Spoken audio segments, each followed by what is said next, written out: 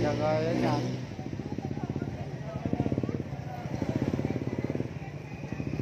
Dami mga isda.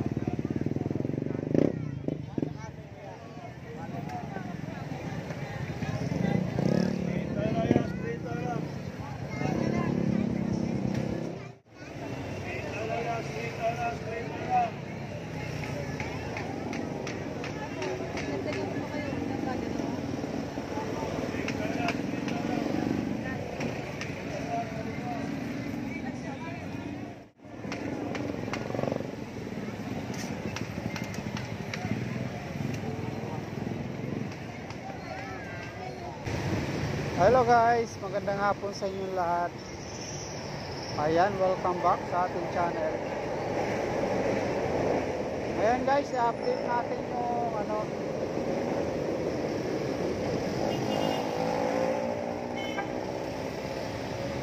update natin yung Blooming Creek.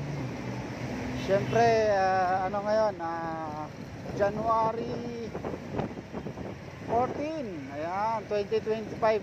So update natin ito simula nung napalinis itong Blooming Treat ni Yorme. Matagal na tayong hindi nakapag vlog dito. So nung nakaraan nag vlog na tayo dito nung time ng si Yorme pa, at malinis at maayos itong Blooming Treat. So ngayon yung pupuntahan natin, i-update natin ngayon. Alamin natin yung sitwasyon doon sa may Blooming Treat.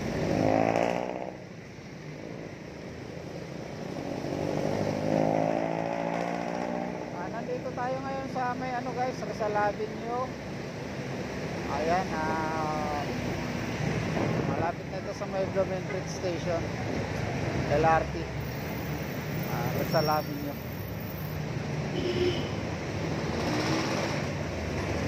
Titingnan natin ngayong hapon, mag-aalas 5 ng hapon, dito sa may Blooming Treat, kung ano yung sitwasyon.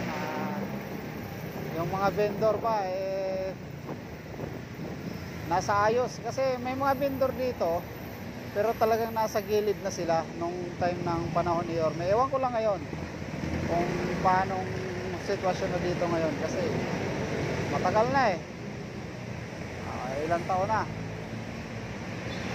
mahalos matapos na rin yung termino ni Mayora, no? Hanggang July. Ayan, marirenew pa kaya si Mayora? At syempre hindi tayo papayag na ma-renew pa, no? Malabo na yan, ipa-renew natin yan. At syempre gusto natin may balik na yung ating Yorme stock. So dito na tayo guys sa may Blooming Treat Station. Ayan, LRT station pala, Blooming Treat.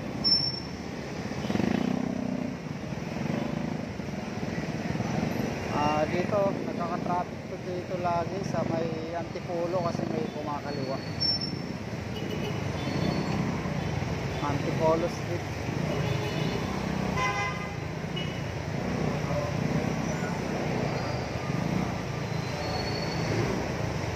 Ayan.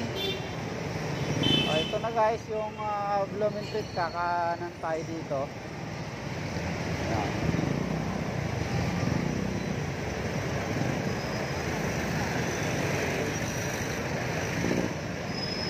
So bali ito dito guys, nawala na yung halaman, yung vertical garden dito. Ayan, yung mga vertical na halaman nawala na dito sa Center Island. Ayan. So itong bougainvillea na to, no, ito yung tanim ng panahon ni Yorme. Ayan, so pagdating dito di pa buhay.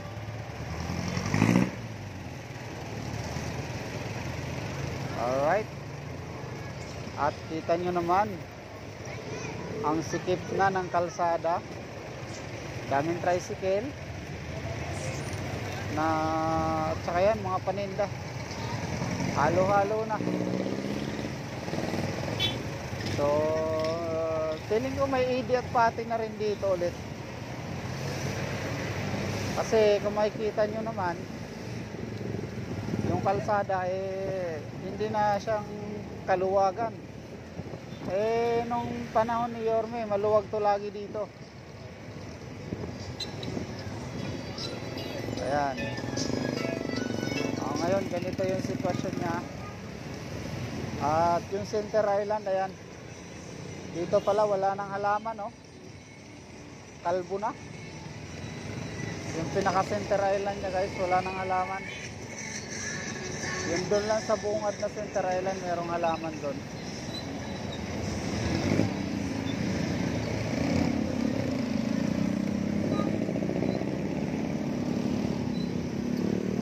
Ayan.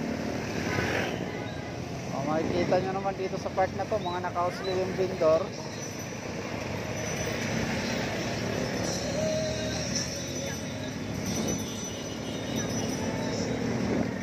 Ayan, dito wala na rin halaman dito gaano sa part na to.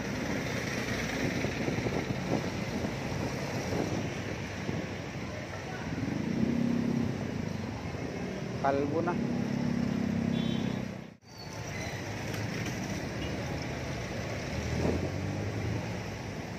So malaya na ulit na nakakalatag dito yung mga nag-i-extend. Ayan, kung tawagin ay mga ano tawag nito,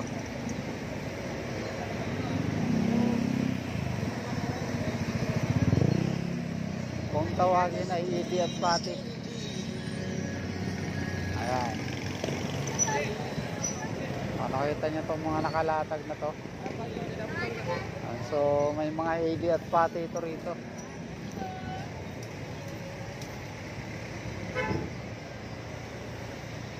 Kasi wala naman talaga itong latag dapat talaga dito.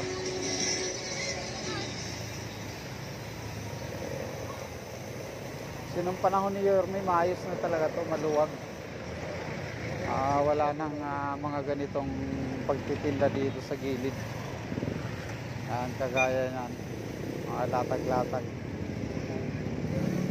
So hindi natin alam kung bakit ayan, naalaw pa rin sila dito.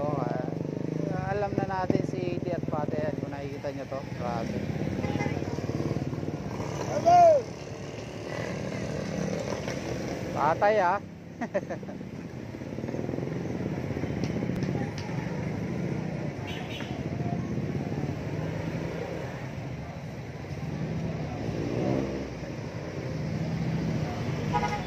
Ayan, kagaya yan.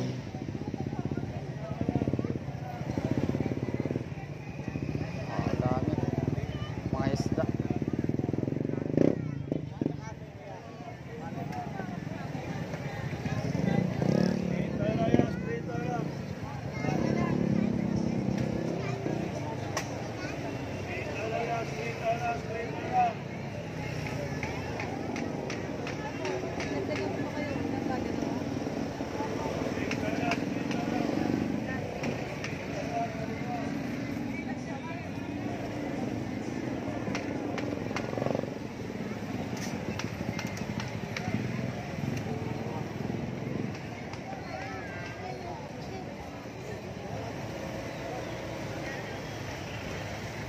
Ganyan yung nangyayari, guys. Tingnan nyo, pag may latag talaga, yung tao dito na dumadaan sa gitna ng kalsada. Ayan. So yun yung sitwasyon dito, guys, sa Blumentritt Street, Blumentritt, Manila. Ayan. So basura, malinis na siya. Natanggal na talaga yung mga tambak-tambak na basura. Pero yun nga lang,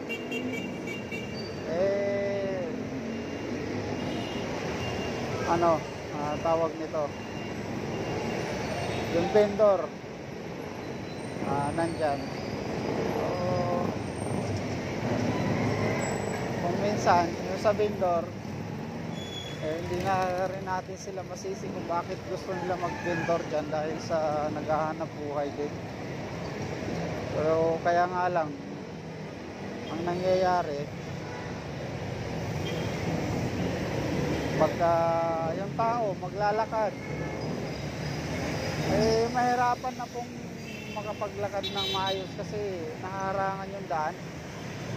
So yun yung isa sa hindi maganda.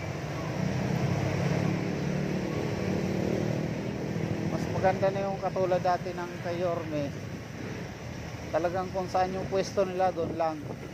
Yung pinakagilid lang. So wag na yung kalsada kainin, yung pangkita na nga binigay na yun. Kaso lang ang nangyayari, pati kalsada, pag nilatagan talaga, wala na. So yung tao hindi na makagilid ng lakad. So yun yung nagiging problema doon sa Blumentritt. Ayan.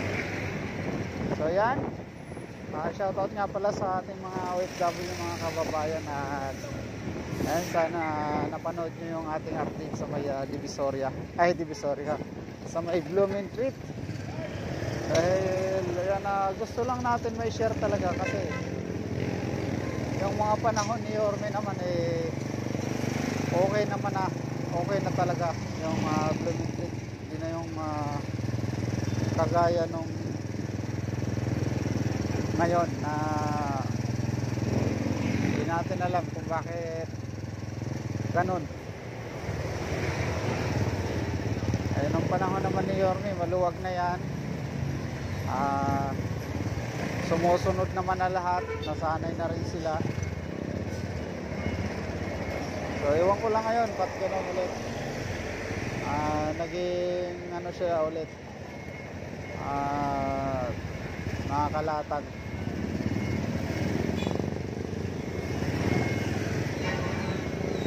So sana pagbalik ni Yorme, ayan, may vlog natin ulit at papakita ko sa inyo kung paano. At saka yung Center Island kasi kalbo-kalbo na pinabayaan na lang kung ano yung tanim ni Yorme doon, pinatanim ni Yorme doon nung time na nakaupo si Yorme.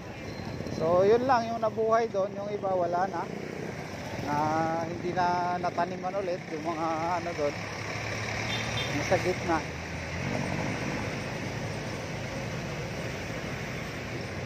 Kagaya doon sa may underpass ng City Hall, yung mga vertical doon ni Yorme na halaman, wala na, kalbo na rin doon.